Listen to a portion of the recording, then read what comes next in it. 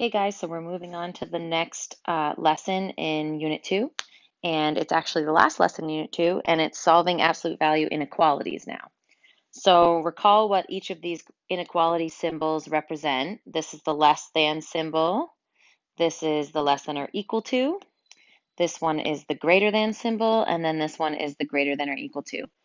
Not only important to remember what each of these represent, but also important to remember that when you are graphing these on a line, what you use for circles at the points that you need to hit. So I'm going to write that in as well. So for the greater than, or for the less than sign, remember it is an open circle. For the less than or equal to, it's a closed circle. For the greater than, it's open, and for the greater than or equal to, it's closed. So basically, if it has an equal to underneath it, it is closed. Then we have to also recall and compound inequalities and or compound inequalities. So the and compound inequalities that we have in this first example um, are things like -3 is less than x is less than 3. That's an and inequality.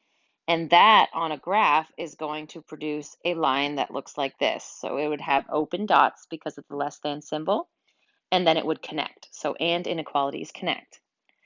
Or inequalities are the opposite. So notice my example of an or inequality is x is less than or equal to -3, or x is greater than or equal to 3. And or inequalities are go opposite directions. So this one, when you go to graph it, would have two lines going opposite directions with two closed dots. Okay? So now let's look at the absolute value graphs of solutions on a number line. Okay, so in this first example, it says the absolute value of x is less than or equal to 3. So recall that when you have the absolute value of something and it is a positive number at the end, that you're going to have two answers, right? And those two answers are going to look something those two answers are going to look something like this. We're going to get -3 is one of our answers because that's a possibility. Less than or equal to x, less than or equal to 3, right? Because really what that's saying is that the number x could be -3, it could be 3, or it could be anything in between because that would produce a number that is less than 3, okay? So you got to think about what it says. So this is how I would write my answer. Now I would go to graph it. So when I graph this on the line, remember, less than inequalities are closed dots. So I'm going to put a closed dot at 3. I'm going to put a closed dot at -3. And then I'm going to connect because this is an and inequality like pictured above. Look at the next example. In the next example, it says the absolute value. It says that the absolute value of x is greater than 3. So this one is going to produce an answer where we still get 3 and -3, but it's going to be an or. So either x is going to be greater than 3 or x is going to be less than -3. Okay, this is how we would write our answer, and then we would graph it using the or inequality symbol. So our lines are going to go opposite directions. So we're going to put an open dot at 3 and an open dot at -3.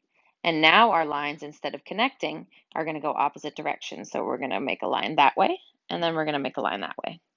Okay, so the greater than is the or, and the less than is the and. So let's look at a couple more examples.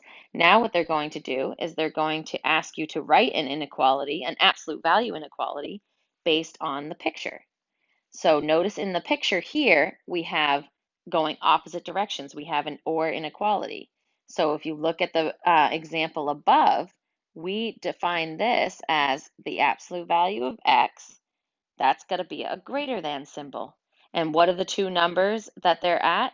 2 and -2. So my written absolute value inequality must be that the absolute value of x is greater than 2. Greater than because they went opposite directions.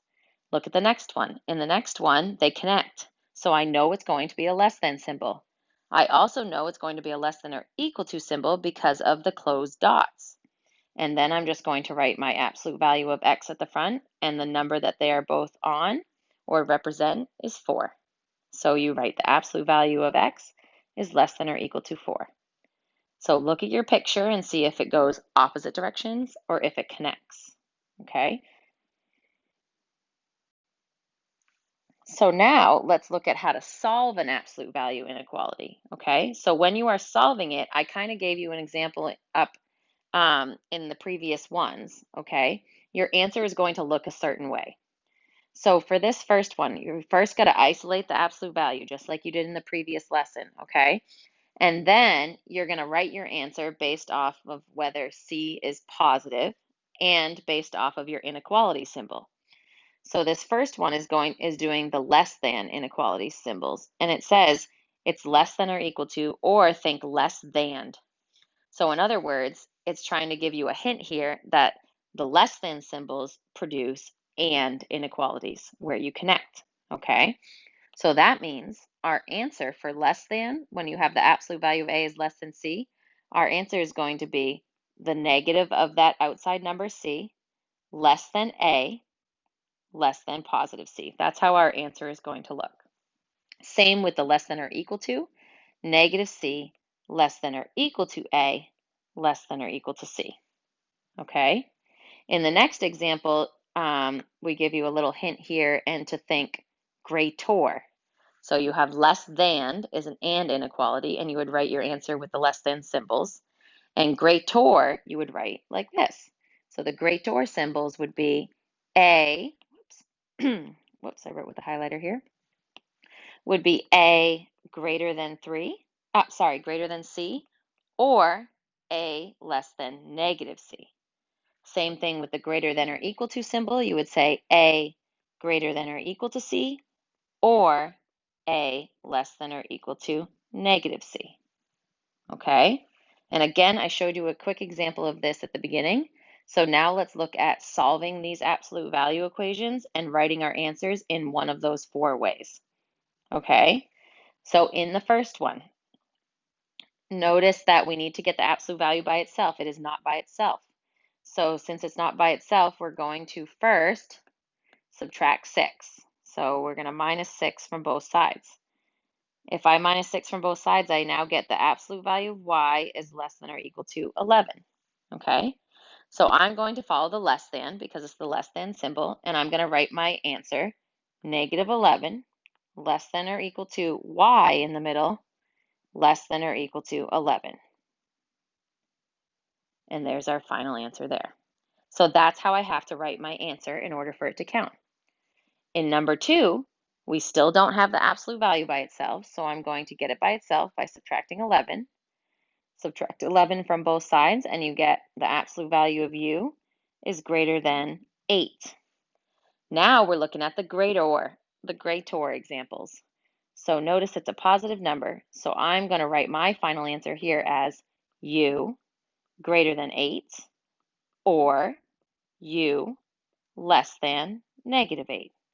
And those are my final answers for that one.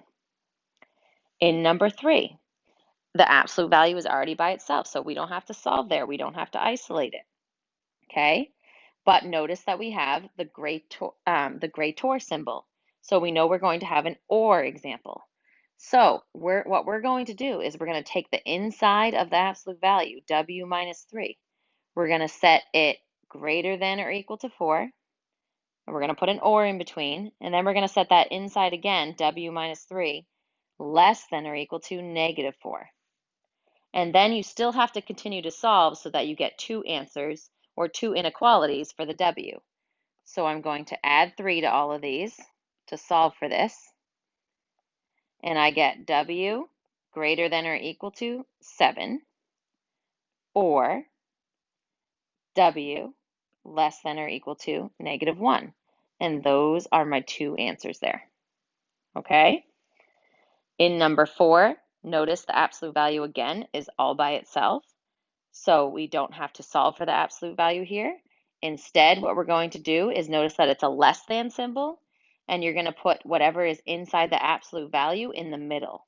So watch how I write this.